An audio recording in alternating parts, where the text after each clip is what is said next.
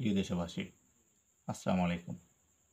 আমি আহ্বান জানাবো গণতন্ত্রকামী সকল মানুষকে, যারা বৈষম্য বিরোধী ছাত্র আন্দোলনের মধ্য দিয়ে সরকার পতন করে নতুন একটা সরকার এনেছে, যাকে বলা হয় অন্তর্বর্তীকালীন সরকার।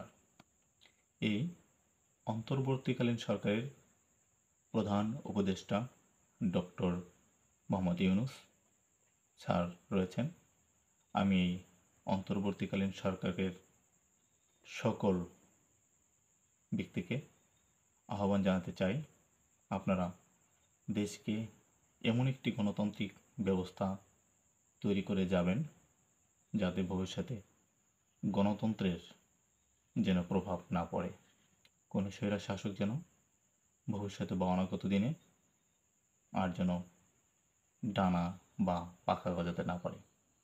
আপনারা সঠিক একটি গণতান্ত্রিক ব্যবস্থা চালু করে যাবেন বলে আমি আশা করি, এবং গণতন্ত্রকামী সকল রাজনৈতিক দলগুলোকে আমি আহ্বান জানাবো, আপনারা ডক্টর ইউনূসের সরকারকে সহযোগিতা করে একটি পূর্ণাঙ্গ গণতান্ত্রিক রাষ্ট্র কাঠামো তৈরি করে বাংলাদেশে একটি সুন্দর ভবিষ্যৎ যেন অগ্রসর হতে পারে সেদিকেই পরামর্শ দেবেন বলে আমি মনে করি।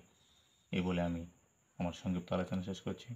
আসসালামু আলাইকুম ওয়া রাহমাতুল্লাহি ওয়া বারাকাতুহু।